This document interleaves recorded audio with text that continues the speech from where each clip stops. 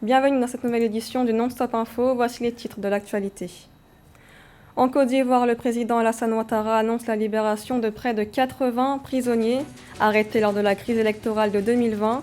Leur libération intervient comme un geste de réconciliation nationale. 12,9 milliards de francs CFA, c'est le montant investi par le FEICOM au Cameroun pour le développement des communes du pays. Un investissement qui permettra de financer le développement d'infrastructures dans les secteurs de l'éducation ou encore de l'industrie. Et puis la Côte d'Ivoire accueille dès ce lundi 9 août et jusqu'au 27 août le 27e congrès mondial de l'Union postale universelle. Le pays entend ainsi se positionner en tant que plaque tournante de la stratégie postale mondiale pendant les 4 années à venir.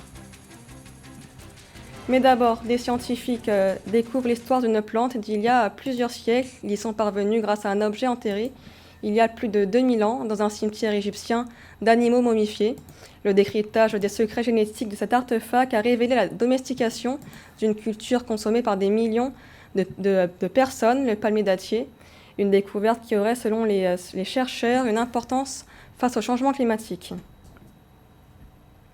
78 personnes ont été libérées en Côte d'Ivoire, dont 9 graciés. L'annonce a été faite par le président Alassane Ouattara dans son discours prononcé la veille de la fête d'indépendance.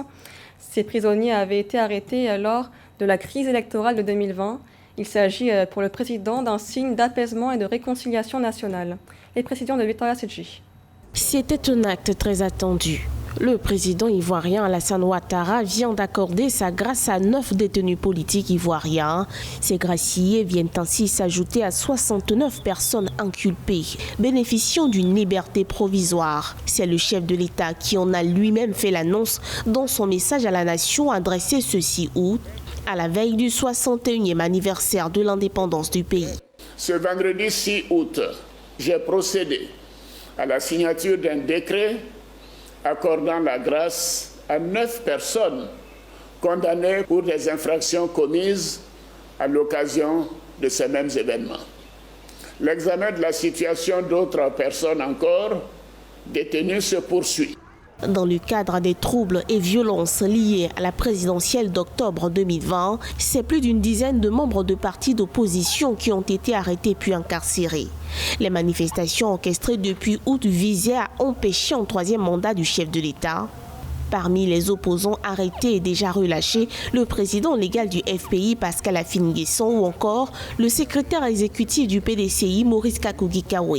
Les personnalités qui ont été libérées hier, parmi elles, on compte le directeur des cabinets d'Henri Konabédié, le président du PDCI, M. Narcisse Ndri, avec un responsable politique donc du PDCI, un délégué départemental, M. Ange-Félix Ndabri, qui est par ailleurs le président des éditeurs de Côte d'Ivoire. Il en resterait encore en prison. Laurent Gbagbo avait transmis une liste d'une centaine de détenus politiques et militaires. Ces libérations ont été exigées et âprement négociées par les leaders de l'opposition comme l'ex-président Henri Konan Bédié qui avait rencontré le chef de l'État en novembre 2020. La libération des prisonniers politiques, importante pour la réconciliation nationale, était à la une ces dernières semaines, marquée par le retour au pays de l'ancien président Laurent Gbagbo, dont la rencontre avec son rival Alassane Ouattara semblait constituer le point d'achèvement. En Zambie, à l'approche des élections générales qui auront lieu le 12 août, la situation économique du pays présente un défi majeur à mesure que la dette publique et l'inflation augmentent. Les Zambiens ont de moins en moins confiance en une possible résolution de la crise économique à l'issue des élections. Nathalie Mo. En Zambie, le paysage électoral est marqué par une dette colossale, une inflation galopante et une monnaie qui s'affaiblit. Le pays qui organise des élections générales le 12 août 2021 est en proie à une crise socio-économique et politique consécutive à la forte hausse de la dette publique. Le pays est en défaut de paiement du service de sa dette de 19 milliards de dollars, soit 10,9% du PIB, dans un contexte de ralentissement économique dû à la pandémie de Covid-19. Aujourd'hui, la Zambie est contrariée au plan économique par des contre-performances liées notamment à la maladie, à Covid-19 et la montée en puissance de la mauvaise gouvernance marquée par la corruption dont a hérité le président Edgar Lungu. On peut comprendre déjà que le président Edgar Lungu veut accélérer le processus électoral, d'autant plus qu'il est contrarié par une impopularité de plus en plus grandissante. Des observateurs prédisent des perspectives économiques difficiles pour la Zambie. Ils appuient leurs estimations sur les faibles gains enregistrés par le secteur minier, malgré les investissements accordés à ce secteur. Par ailleurs, l'inflation alimentaire s'élève à plus de 30%, la plus élevée depuis près de 2 décennies.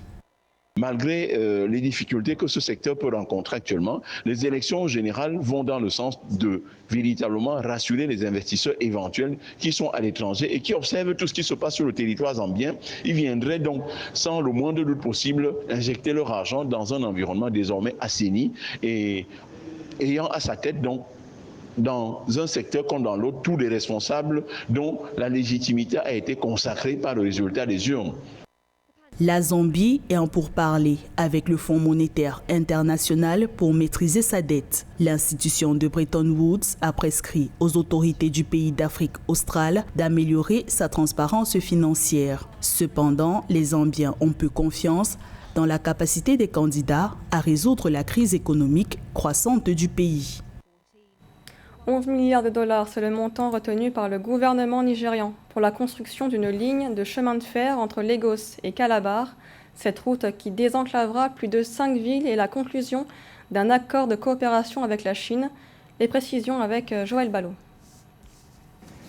Dans l'optique de faciliter les déplacements au Nigeria, le Conseil exécutif fédéral a donné son accord pour le décaissement de 11,17 milliards de dollars. Ce financement, issu de la coopération sino-nigériane, va servir à la mise en œuvre du projet de construction de la ligne ferrée Lagos-Calabar. L'objectif du Nigeria est de développer son économie non pétrolière en stimulant le transport des marchandises à l'intérieur du pays et jusqu'à ses ports maritimes.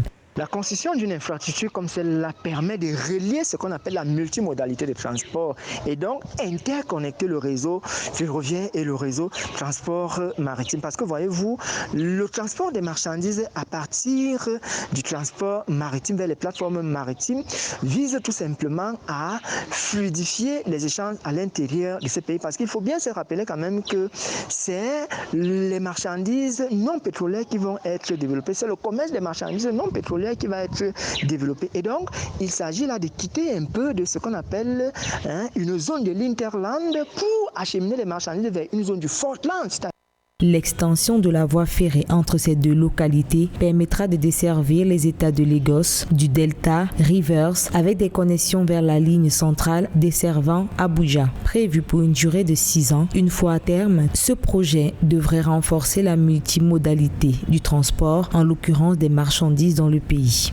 La construction du transport ferroviaire va faire appel à des ingénieurs, à des techniciens et autres. Et maintenant, lorsque ce réseau ferroviaire va être développé, l'infrastructure va créer des emplois à travers tous les différents acteurs qui vont travailler au niveau des plateformes ferroviaires. Et l'interconnexion va se relier également avec une plateforme maritime. Et justement, le transport à partir du transport ferroviaire vers le transport maritime va davantage créer des activités, va davantage créer des dynamiques d'échange et le commerce va se développer.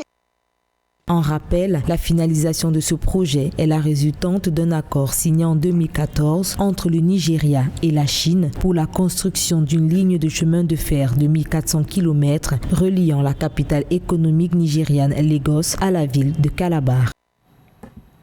Au Cameroun, le FEICOM a mobilisé plus de 12 milliards de francs CFA au profit des communes camerounaises. Ce financement concrétise la volonté du gouvernement de développer les régions, notamment au niveau des infrastructures de la gouvernance, de l'éducation ou encore des services. Joël Ballot.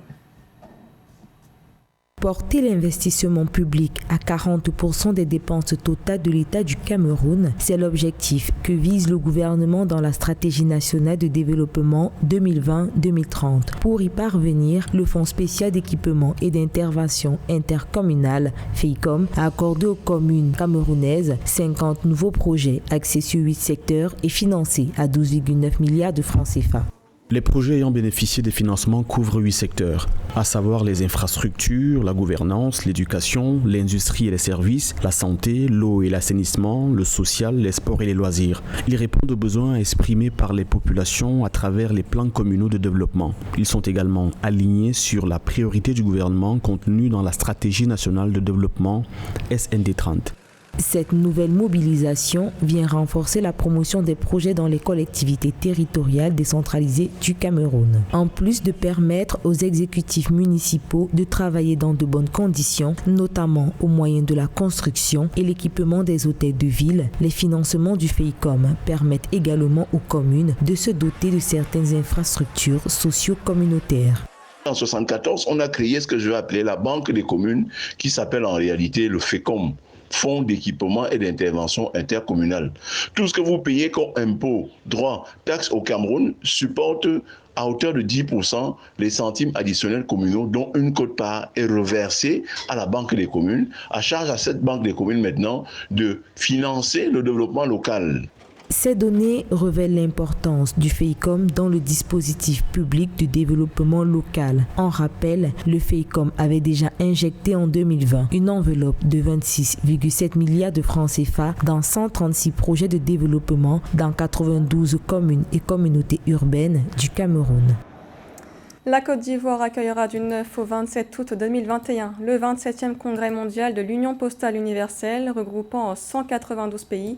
La digitalisation sera au centre des débats. Pendant 4 ans, le pays devrait être la plaque tournante de la stratégie postale mondiale. Amenedji. Pendant les 4 années à venir, la Côte d'Ivoire devrait être la plaque tournante de la stratégie postale mondiale. Le pays qui accueillera le 27e congrès postal universel du 9 au 27 août 2021 se prépare activement à la réussite de cet important challenge. Axé sur l'adoption de nouvelles politiques internationales d'envoi postaux, l'événement doit poser les jalons d'une révolution du secteur par le numérique. Au-delà du congrès lui-même, c'est la reconnaissance des efforts qui ont été réalisés par un pays au cours de ces 10 dernières années, qui sont donc aujourd'hui reconnus et plébiscités. Avec une multitude d'acteurs, d'entreprises privées et de services concurrentiels opérant dans le secteur, la Côte d'Ivoire, à l'instar d'autres pays, fait aussi face aux défis de la compétitivité et de la performance postale. Plus que jamais, face aux enjeux, la poste ivoirienne, qui fait des efforts pour s'affirmer, compte tirer parti des opportunités qui s'offrent à elle à l'ère du digital. On espère que ce congrès, qui va durer plus de 3 semaines, va renforcer d'abord la présence de la Côte d'Ivoire sur la scène internationale, mais va également être un point de mire du monde entier postal. Et ça, c'est quelque chose d'exceptionnel dont on peut tous être fiers et être heureux. Bien qu'une lueur d'espoir se profile, ce n'est pas seulement la poste ivoirienne qui veut se repositionner, mais c'est aussi toute la poste mondiale qui est attendue sur de nouveaux champs d'action, avec pour terrain un vaste marché de consommateurs et des besoins cruciaux de facilité d'accès aux services. C'est un projet qui va faciliter beaucoup de choses, puisque à un moment, si tu dois aller faire des dépositions à Djamé comme ça, tu dois déjà te déplacer. Avec ça, ça va nous faciliter beaucoup de tâches. Nous voulons ce qui est facile et qui peut nous aider. Aujourd'hui, que tu aies fréquenté ou pas, c'est plus facile pour toi. Moi, je ne peux jamais négliger la poste. Parce que ça m'a beaucoup aidé. Tant de corona, mais ce n'était pas facile pour moi. Je devais faire mon passeport, mais je ne pouvais pas voyager. Mais j'ai fait, ils ont mené ça facilement. Ils m'ont envoyé un message dans mon téléphone. Je suis allé chercher ça à Koumassi. Cette 27e édition du congrès se veut capitale pour la Côte d'Ivoire. Au terme de ces assemblées, le pays hôte sera désigné pour présider le conseil d'administration de l'Union postale universelle pour un mandat de 4 ans à partir de 2022. Et dans l'actualité sportive, le Tunisien Ahmed Afnaoui, 18 ans, a remporté l'or olympique du 400 mètres nage libre aux JO de Tokyo. Et ce, alors que la natation se caractérise par une faible diversité dans les piscines et sur les podiums. Sur les 105 médailles gagnées dans la discipline, 3 seulement ont été remportées par des Africains. Afin d'élargir le réservoir de talents du continent, le président de la Fédération internationale de natation, Hussein Al-Moussalam, prévoit la création des centres d'entraînement d'élite en Afrique et des bourses d'études. La fédération a investi 29 millions de dollars sur 4 ans pour mettre en place cette stratégie. Ce journal a été réalisé par l'ensemble de la rédaction. Merci de l'avoir suivi. L'information continue sur Africa 24.